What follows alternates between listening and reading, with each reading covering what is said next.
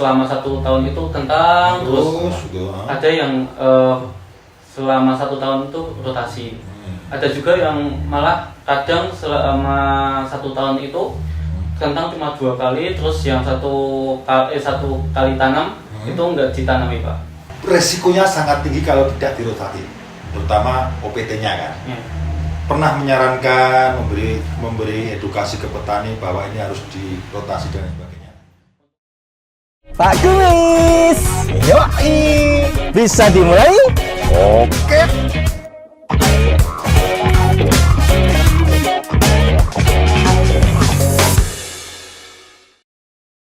Apa pernah menyarankan sebagai petugas loh ini ya, petugas menyarankan petani yang sepanjang tahun itu karena menurut informasi dari Pak Agus tadi resikonya sangat tinggi kalau tidak dirotasi, terutama OPT-nya kan. Pernah menyarankan, memberi edukasi ke petani bahwa ini harus dirotasi dan sebagainya. Untuk edukasi sering, Pak, tapi dikarenakan emang petani itu luasan lahan luasan lahannya itu sangat banyak, makanya petani lebih seringnya ke kentang, Pak. Berarti satu macam komoditas gitu ya, ya, betul, yang merawat ya cuma satu jenis gitu ya. Gitu. Oke. Ya. Terus kembali lagi ke Pak Agus ya. Sebagai tokoh senior, kemudian juga kan ada Banjarnegara ada asosiasi petani kentang ya Pak. Jadi kan juga di situ kan yang juga dituakan karena pengalaman itu dari total luasannya Pak Agus itu 3-4 hektar itu kan ada terus kentang walaupun rotasi ya Pak ya. Betul. Nah itu yang saya tanyakan Pak, karena ini kan kita bicara kentang. Sekarang enaknya tanam kentang itu apa dibanding komoditas yang lain menurut Pak Agus? Yang jelas di keuntungan dan kestabilan harganya itu. Itu tadi ya berarti Iya. rasanya. Jadi peluangnya masih banyak, dan kentang itu kan saya selama sepanjang saya bertani itu ya paling berapa kali lah, maksudnya mengalami kentang itu enggak begitu laku. Tapi tidak seperti yang Tidak seperti komoditas lain. Masih bisa diandalkan lah. Diandalkan. Oke. Dan tadi erat hubungannya tadi sama Mas Teguh yang orang nggak nanam pas musim hujan dan sebagainya. Karena kadang tanahnya itu mungkin pas musim hujan nggak berentang di dataran yang rendah banget. Iya, jadi dia terkena, nggak mungkin dia laju. Atau di daerah yang agak tinggi yang susah airnya pas musim kemarau kan nggak mungkin nanam. Betul. Dan diusahakan airnya susah. Itu. Oke. Jadi kenapa seperti itu ya seperti ini. Oke, saya ke Pak Agus lagi, nyambung yang tadi pertanyaan saya mengenai rotasi, kemudian yang ke Mas Teguh tadi kenapa kok tidak bisa sepanjang tahun, karena memang alasan tertentu ya Pak ya. Terus enaknya tadi kentang itu pertimbangannya harganya banyak stabil.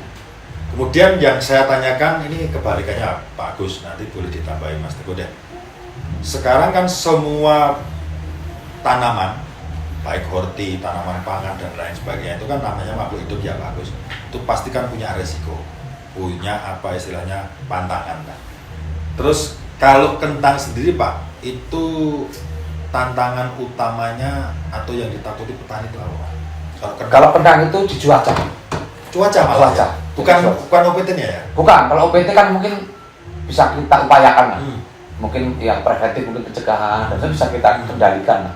Ketika kita mengusahakan mungkin ketika cuaca maksudnya musim mau hujan itu mungkin cari tanah yang agak miring, terus ke timur, kemudian agak kurang naungannya nggak ada, itu kan harus dipilih. Ya.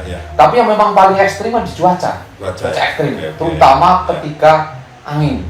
Itu sudah nggak bisa tertolerir. Tapi kalau lain-lain bisa kita upayakan lah. Dalam arti pengendalian OPT atau hama penyakit bisa kita kendalikan. Cuma resikonya itu di terutama angin. Di cuaca berarti. Kalau alam ya. Kendala alam. Tapi kalau mungkin lainnya itu bisa kita usahakan. Untuk musim kemarau tanahnya milih yang ada airnya. Oke Pak, ini nyambung pertanyaan saya.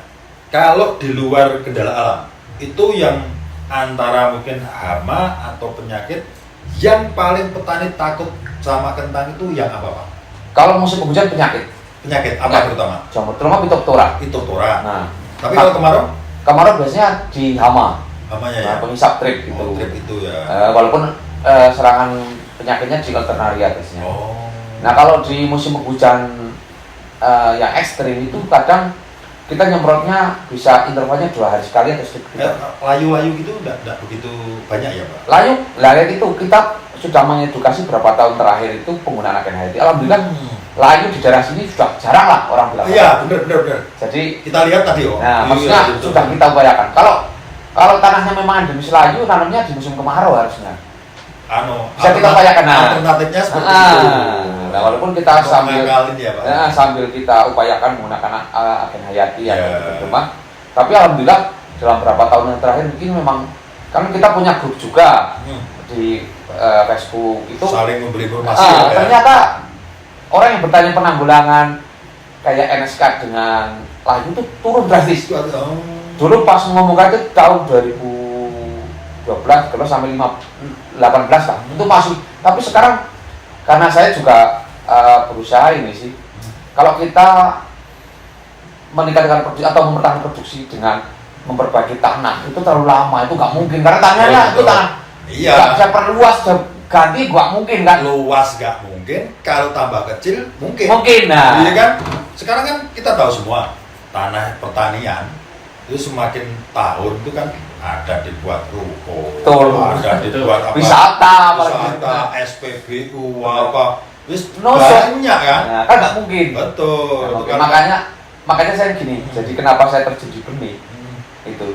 Ini kronologinya ya. Jadi ketika saya amati, saya telusuri dengan teman-teman di daerah sini, itu kenapa penurunan produktivitasnya tinggi? Itu salah satunya kan tetap di tanah. Ya, oke. Yaitu tanah menurun. Kedua bibit. Benihnya ya. Benih tidak organik. Nah, kenapa saya cenderung ke benih? Kan di tanah kan lama prosesnya untuk recovery-nya. Betul. Nah, Ya. kenapa Dari ketika ditanam ya Pak? jadi buat selain cuaca dan sebagainya, ternyata dua ini yang menjadi masalah. Itu mungkin di semua wilayah lah. Nah, kalau memperbaiki tanah kan lama. Oke. Kita ganti tanah nggak mungkin. Berarti ya Pak ya, secara tidak langsung itu pemilihan atau penggunaan varietas itu penting sekali. Penting. Jadi varietas semakin generasi semakin tinggi, itu ternyata dia bisa produksinya tetap, hama penyakitnya tetap turun, dan perawatannya lebih gampang. Nah, sambil kita memperbaiki tanah dengan agen hayati. Benar-benar. Berarti gitu ya Mas. Berarti kalau dari sisi marketing atau sebagai petugas lapangan itu memang yang sering petani gagal selain cuaca, selain hama penyakit itu salah milih benih itu tadi. Oke. Kalau salah di awal malah bisa gagal total ya Pak ya. Karena secara hitungan itu benih itu porsinya kalau dengan persentase BIP Yang itu lain 30%. Benihnya sendiri ya. Benih, Berarti pengaruh benihnya varietas ini tadi 30% ya. Biayanya. Jadi kalau kita sudah salah benih ya sudah. Berarti rugi 30% dulu. Itu di awal itu. Belum yang lain-lain. Belum ya? lain gitu. Berarti ya kembali Mas. Berarti mudah-mudahan para petani, terutama petani kentang ya, yang mendengar obrolan kita itu mengerti bahwa pemilihan varietas salah satu untuk apa ya, kunci untuk sukses ya Pak. Betul, ya? berhasil itu hasilnya itu. Oke. Kalau dari sisi ini Pak, dari sisi pasca panen, sekarang yang saya tanyakan pasca panen. Itu tadi kan secara apa ya Pak, secara budidaya, perawatan dan sebagainya. Ini agak mengerucut ini Pak, ke pasca panen itu secara pasar Pak. Secara pasar itu prospek kentang ini bagaimana menurut Pak Agus?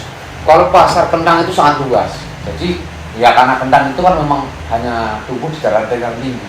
Dan di Indonesia dataran tinggi cuma berapa sih? Berarti ke depan berarti sangat prospek ya Pak? Coba prospek sekali. Untuk membudidayakan kentang ini sendiri ya Pak? Betul. Jadi dan kentang itu kan siklus bisnisnya atau ekosistem bisnisnya kan banyak banget di situ yang terlibat. Oke. Karena padat modal gitu. Jadi potensinya tinggi. Mungkin kalau pasca pasarnya, pasca panennya, sayurnya itu juga tidak terbatas. Dan kentang itu kan bisa disimpan. Bisa ya? Disimpan gitu masih lama lah, daya simpan dijual itu lama. Sepengetahuan ya, pengalaman Pak Agus itu kentang paling lama tahan simpan sampai berapa hari? Kalau tahan simpan ketika dia maksudnya kalau di suhu yang normal, kemudian suhu ruangan lah ya. Kemudian dia itu memang sehat itu sampai tumbuh 4 bulan Bisa ya. bisa. Tapi itu di varietas tertentu atau semua? Kena sayur, kita semua kan kena. Kena sayur. Ya, dan itu kena dari daerah yang sini. Tapi kan daerah lain kadang berapa itu nggak tahan karena Oke. karena mungkin kandungan tanahnya yang Beda. beda gitu. Masih hubungannya pasca panen nih. Ya. Nah, nanti giliran habis ini Mas Teguh daripada berguna gitu. Saya takut khawatirnya Ngantuk ya? Malah jatuh. Atau mungkin kelaparan belum makan. Iya, terus nanti makan. Makan Ya. asbak boleh. Nah, masih hubungannya dengan pasca panen lah. Dari tadi kan prospek pasarnya bagus karena memang untuk daerah menanam kentang itu tidak semua daerah bisa. Terus umumnya di sini Pak, di daerah Pak Agus ini dijualnya kemana? Atau maksud saya sudah ada pakolnya sendiri datang atau punya kayak apa serikat sendiri atau tempat sendiri atau bagaimana Pak? Kalau kenal rata-rata kita ada dagang di sini. Oh, ada berarti. Dagang. Jadi di sini kentang itu rata-rata keluar daerah. Malah dikirim keluar daerah.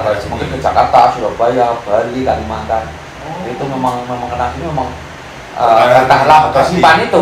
Betul. Jadi dan permintaan di sana mesti kentang Dieng itu berbeda. Kentang Dieng. Ya, kentang Dieng. Udah bisa bilang ya ketan Dieng. Kentang Dieng Kentang gitu. yang lain Memang gitu ya. brandnya sudah mengakar di konsumen dan memang secara kenyataan ketika dibandingkan dengan daerah lain memang berbeda. Ya.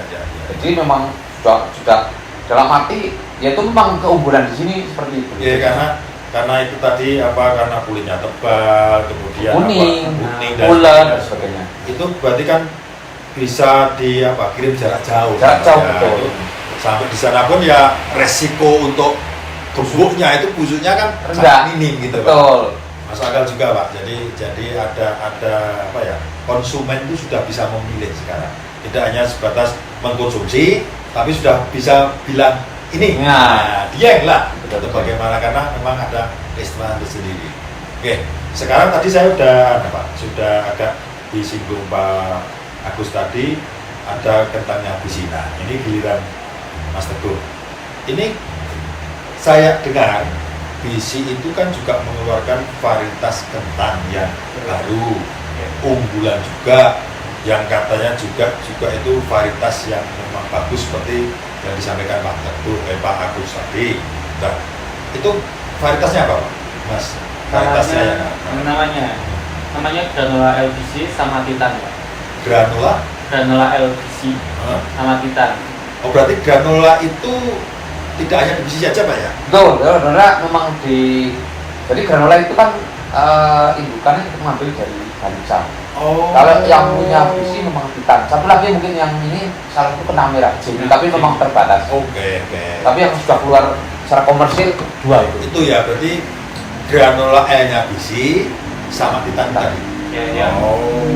Ini kalau yang dibilang Mas Teguh tadi, Pak Agus pernah coba tanam atau pernah tanam malah sudah panen atau malah pernah tanam berulang-ulang atau bagaimana? Saya dapat tanam berulang-ulang. Jadi saya menanam benih biji itu dari tahun 2019 sudah kenal yang granola L-nya Bisi. Biji prekom dulu dari genolnya dan dulu pas pun di lokasi juga saya termasuk sama gradernya Pak Danang juga pernah trial di sini juga. Iya. Jadi Sudah sering membuktikan ya Pak? Bukan, jadi Oke. maksudnya dalam arti walaupun sama-sama varietas granola L, tapi kan tetap berbeda karena quality kontrolnya Nah. berlapis. Kalau dari sisi performa Pak, ini si granola L-nya Bisi sama Titan tadi, terutama granola L Bisi lah yang banyak di sini ya.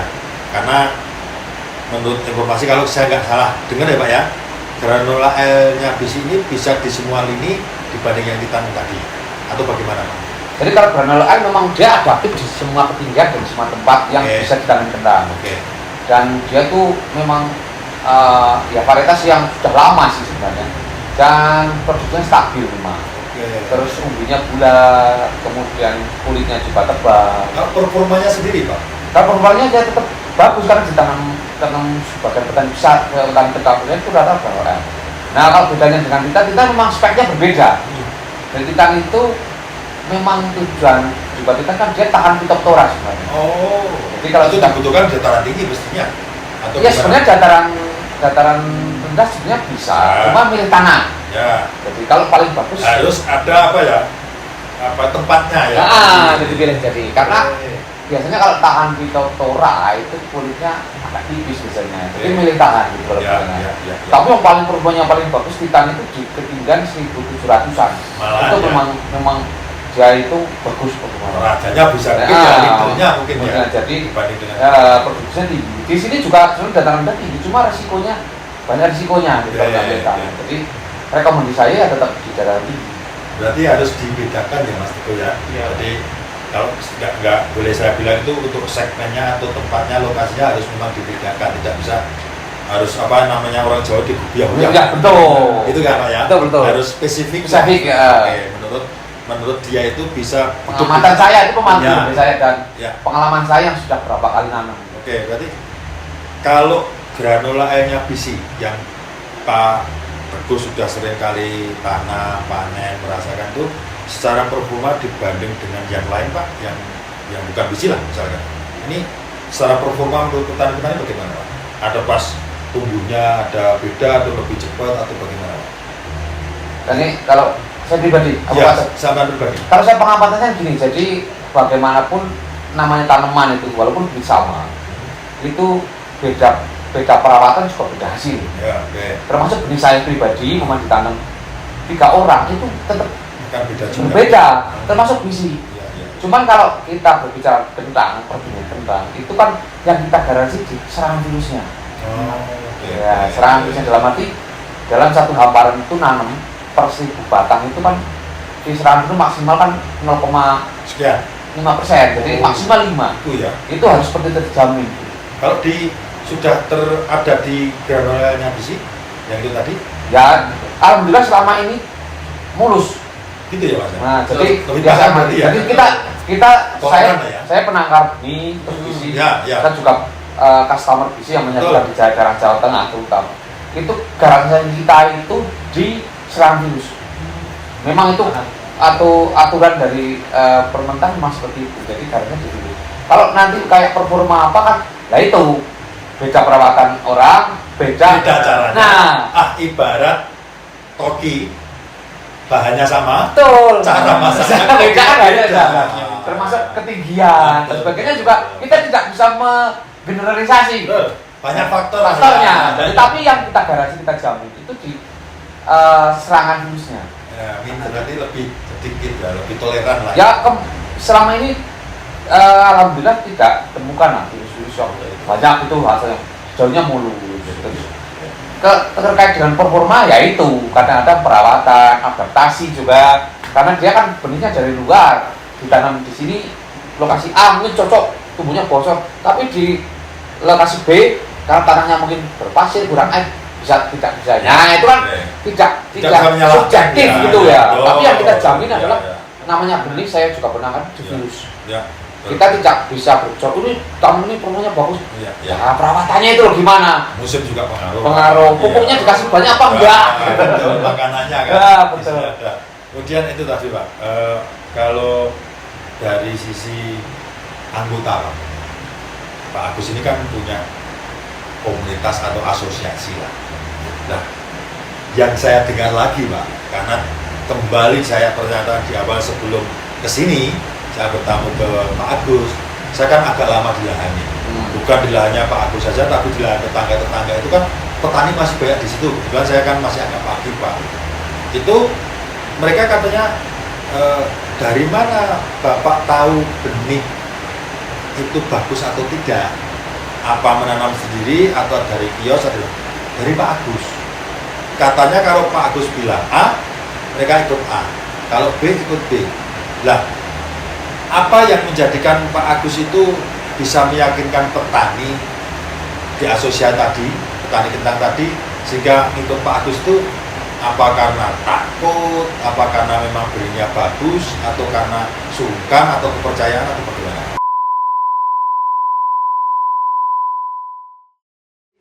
Lebih merasa aman, nyaman memakai mereknya Bisi, kentang Bisi daripada yang lain tuh kalau menurut Pak Agus menilai di anggotanya bagaimana Pak? Jadi mungkin kalau musim-musim kemarin kalau saya tidak penjual benih ya, itu kan jemaahnya banyak sekali. Kalau saya memang nekat mencari keuntungan hanya sekedar keuntungan bisa saya. Oke. Tapi saya yang saya pertaruhkan itu kalau orang Jawa saya ini bilang jengkoknya lebih tebal ketimbang keuntungannya.